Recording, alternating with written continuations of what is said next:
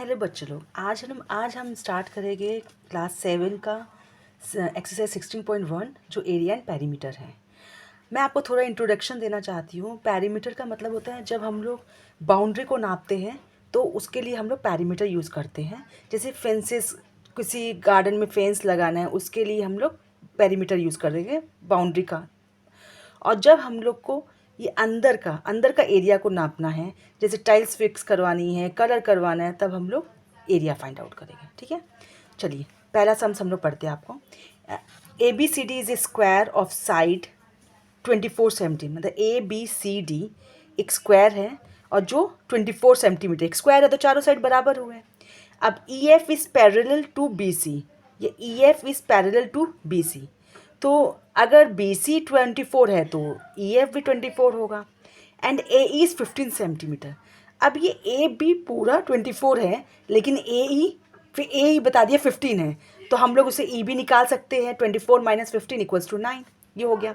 By how much does the perimeter of A E F D exceed the perimeter of E B C F. अब हम लोग को क्या निकालना है, ए ई एफ डी का पेरीमीटर निकालना है और पेरीमीटर निकालना है ई बी सी एफ का, दोनों का पेरीमीटर निकालना है। और हम लोग को बताता है वो कितने से बड़ा हो रहा है कि छोटा हो रहा है। इसमें मैंने पहले से सम्स करके रखा है जिससे मैं आपको अच्छे से समझा सकूं। देखिए, पहले मैंने पेरीमीटर ए ई एफ डी का निकाल लिया। उसका पेरीमीटर का फॉर्मूला 2 लेंथ प्लस ब्रेथ। तो हम लोग को पता है कि इसमें हम लोग की लेंथ ना 24 है और ब्रेथ हम लोग ने ए ई तो बताया ही था 15 है, तो हम लोग कर 78 आया। और perimeter of E B C F निकाला, 2 लेंथ प्लस ब्रेथ। तो यहाँ पर हम लोग को पता ही है इसकी लेंथ तो 24 है लेकिन ब्रेथ में ई बी हम लोग ने निकाल दिया था 24 माइनस 15 इक्वल्स टू 9। तो हम लोग का 9 यहाँ पर आ गया, तो हमने इसे कैलकुलेशन करा तो 66 आया। तो अब हम लोग क्या करेंगे, अब ये दोनों माइनस करेंगे। 78 माइनस 66 को माइनस कर मेरा कितना आया 12। तो इसका मतलब क्या हुआ, कौन एक्सीड करे, A E F D exceed the perimeter of E B C F by कितना, हाउ मच, बाई 12 सेंटीमीटर। ठीक है, ये हो गया।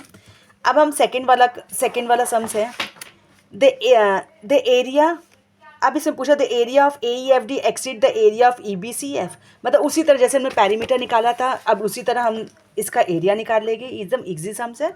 हमने दोनों का एरिया निकाल लिया और फिर कितना बताया, फिर A E F D exceeds by 144 centimetre. ठीक है, चलिए अब नेक्स्ट सम्स की ओर चलते हैं। Nagma runs around a rectangle park 180 metre long and 120 metre wide at the rate of 7.5 kilometre per hour. In how much time will she complete 5 rounds. अब इसमें बताया वो एक रेक्टेंगुलर पार्क है और वो रेक्टेंगुलर पार्क है तो लॉन्ग और वाइड दे दिया है। और शी रन्स अराउंड मतलब रेक्टेंगुलर पार्क के चारों तरफ वो घूमती है, पार्क के चारों तरफ घूमती है। तो इसलिए हमने इसका पेरीमीटर ऑफ रेक्टेंगुलर पार्क निकाला।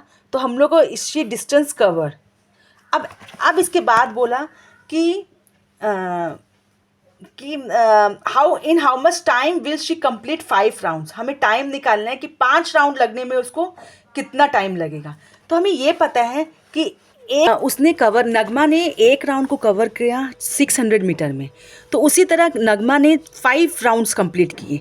तो हम क्या करें, उसका डिस्टेंस निकाले थे पहले 600, अब उसने 5 राउंड करें तो 3000 मीटर आया। मीटर को हमने किलोमीटर में कर दिया। ठीक है, ट्रांसफ़र कर दिया क्योंकि यहाँ पर स्पीड दिया बस 7.5 किलोमीटर पर आवर। तो अब मुझे टाइम का फॉर्मूला पता है, डिस्टेंस बाई टाइम। तो ये 3 किलोमीटर बाई स्पीड 7.5 लगेंगे तो 2/5 आवर आया, 2/5 आवर आया। अब उनको इंटू 60 कर 24 मिनट्स आ गया। तो आंसर हुआ वो 24 मिनट्स में वो 5 राउंड कंप्लीट करती है। ओके, अब नेक्स्ट सम्स पढ़ते हैं। The area of rectangle plot is इतना metre square if its length is 27 metre, find its breadth and perimeter. अच्छा, इस तरह के अगर आपके पास सम्स आए तो आपको लेंथ पता है, ब्रेथ नहीं पता है, लेकिन आपको एरिया पता है। तो आप लिखोगे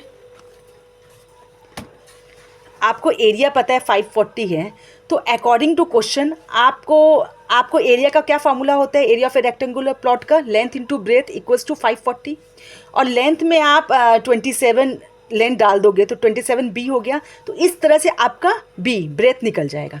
जब ब्रेथ निकल गया तो आपको लेंथ पता ही है, तो आप आराम से पेरीमीटर भी निकाल लोगे। इस तरह के सम्स आप इसी तरह के करोगे, बहुत ईजी रहते हैं सब type.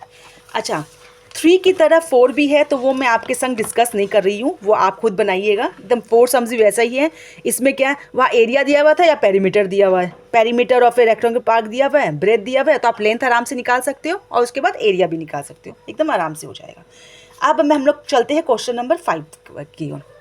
The area of a rectangular plot is 340 metre square and its breadth is 17 metre. ये भी उसी तरीके से है, लेकिन इसमें कुछ और अलग से पूछ लिया। हम लोग इस तरह के सर्कल का लेंथ निकाल सकते हैं आराम से। अब क्या करेंगे, find the cost of surrounding the plot with a fence at 5.70 per metre. तो इसमें हमको फेंस लगाना है। फेंस बाउंड्री में लगता है, तो मैंने आपको बताया था जब हम लोग को फेंस निकालना हुआ तो हम लोग को क्या फाइंड आउट करना होगा, पेरीमीटर। तो पहले हम लोग क्या निकाल लेंगे, पहले हम लोग एरिया हम लोग को दिया हुआ है और उससे हम लोग लेंथ निकाल लेंगे। अब मुझे लेंथ भी पता चल गई, पेरीमीटर ब्रेथ भी पता चल गई, तो उसके हिसाब से मैं पेरीमीटर भी निकाल लूँगी। मैं पेरीमीटर निकाली। अब मुझे पेरीमीटर पता चल गया, तो कॉस्ट मेरा कितना रुपया लगा, 74 इंटू 5.70, तो मेरा इतना आ गया। तो मुझे पता चल गया कॉस्ट कितना लगा फेंस लगाने का। ठीक है बच्चे लोग, अब 6 नंबर सम्स की ओर चलते हैं। The area of a square park is the same as that of a rectangular park. If the side of the square park is 60 meter and the length of the rectangular park is 90 meter, find the breadth of the rectangular park. इसमें क्या बोल रहे हैं, आपका एक park है, the area of the square park और is same of the, मतलब जो एरिया है वो रेक्टेंगुलर पार्क का और स्क्वायर पार्क का दोनों का एक ही है। रेक्टेंगुलर पार्क और स्क्वायर पार्क का एक एरिया एक ही है। और हमें स्क्वायर पार्क के साइड बता दिया, तो मतलब ये पूरा का पूरा इसका एरिया पता चल गया। लेकिन रेक्टेंगुलर पार्क का हमको लेंथ पता है, तो इसके द्वारा हम लोग ब्रेथ फाइंड आउट कर सकते हैं आराम से। देखिए क्वेश्चन की तरफ चलिए, 6 नंबर की तरफ। हाँ, तो अकॉर्डिंग टू क्वेश्चन क्या है, area of square park equals to area of rectangular park. अब एरिया ऑफ स्क्वायर पार्क कितना होता है, a square equals to area of rectangular park क्या होता है, लेंथ इंटू ब्रेथ। अब हमें स्क्वायर पार्क का दिया हुआ है एरिया, वो फिट कर लेंगे। साइड दिया हुआ है तो साइड डाल लेंगे। लेंथ हमें दिया हुआ है 90 दिया हुआ है, तो हम लोग ब्रेथ फाउंड आउट कर ले। ब्रेथ हमने फाइंड कर लिया, और इसमें शायद ब्रेथ ही पूछा था ना, हाँ ब्रेथ पूछा था, find the breadth of a rectangular park, तो वो हम लोग आराम से निकल गया। अब हम लोग चलते हैं क्वेश्चन नंबर 7 की तरफ। A wire is in the shape of a rectangle. If the length is 40 centimeter and the breadth is 22 centimeter, if the same wire is rebent in the shape of a square, what will be the measure of its side? Also find which shape enclose more area and by how much. मतलब एक wire है, वो अभी वो wire को rectangular shape में है। जब रेक्टेंगुलर शेप में था तो उसका लेंथ एंड ब्रेथ दे दिया गया। अब उस वायर को रीबेंड करके फिर से खोल कर उसको एक स्क्वायर बनाया गया। तो स्क्वायर बना गया, तो अब हम लोग को बताइए what will be the measure of each side. अब उसकी साइड का क्या मेजर है, तो देखिए perimeter of a rectangular wire का है। अब हमें वो उसकी लेंथ एंड ब्रेथ दी हुई है, तो perimeter of a rectangular wire हमने निकाल ली है। मैं देख लेती हूँ। हाँ, उसकी लेंथ एंड ब्रेथ दिए हुए, तो हम इसे पेरीमीटर निकाल लिए।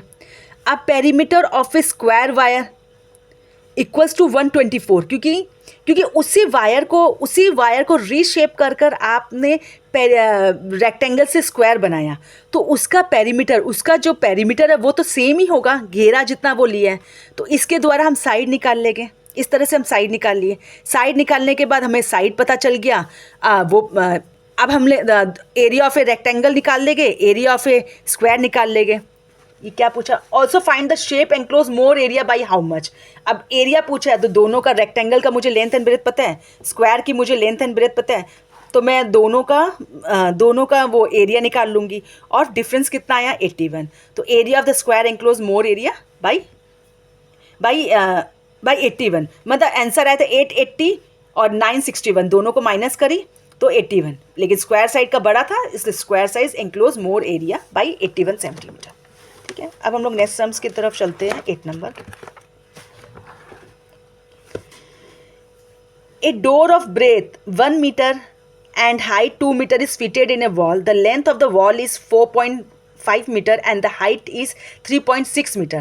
Find the cost of whitewashing the wall if the rate of whitewashing the wall is 20 per meter square. अब आप इस सम्स में देखिए कि एक वॉल है, वॉल में आपको वाइट वॉशिंग करवानी है, लेकिन आपको उस डोर में तो वाइट वॉशिंग करवानी नहीं है, तो उस डोर को आपको उससे हटाना होगा। अच्छा, एक चीज़ और, आपको जब वाइट वॉशिंग करवानी है तो आपको एरिया फाइंड आउट करना है। कितनी जगह आपको नहीं दिया रहता है कि क्या फाइंड आउट करना है, एरिया पेरीमीटर, तो आप सोचेंगे ना बीच में पूरा एरिया को लेना है तो आपको एरिया फाइंड आउट करना होगा, और अगर बाउंड्री को लेना होता तो आप पेरीमीटर फाइंड आउट करते हैं, तो इसलिए आप इसमें एरिया फाइंड आउट करेंगे। तो पहले हम डोर का एरिया निकाल लेंगे, फिर हम इसका वॉल का एरिया निकाल लेंगे, और वॉल के एरिया से डोर के एरिया में माइनस कर देंगे तो हमें पता चल जाएगा कि इतना वॉल है उसमें इतना रंग करवाना है, और वॉल का कॉस्ट पड़ रहा है 20 पर मीटर स्क्वायर, तो हम लोग उस तरह से कर सकें। ये मैंने आप लोग के लिए बनाया कर पहले से रख रखा है जिससे मैं जल्दी आप लोग को बता सकूँ। देखिए, एरिया फिर डोर निकाल लिया मैंने, एरिया फिर वॉल निकाल लिया। अच्छा, total area of white washing excluding wall excluding door तो इतना हो गया।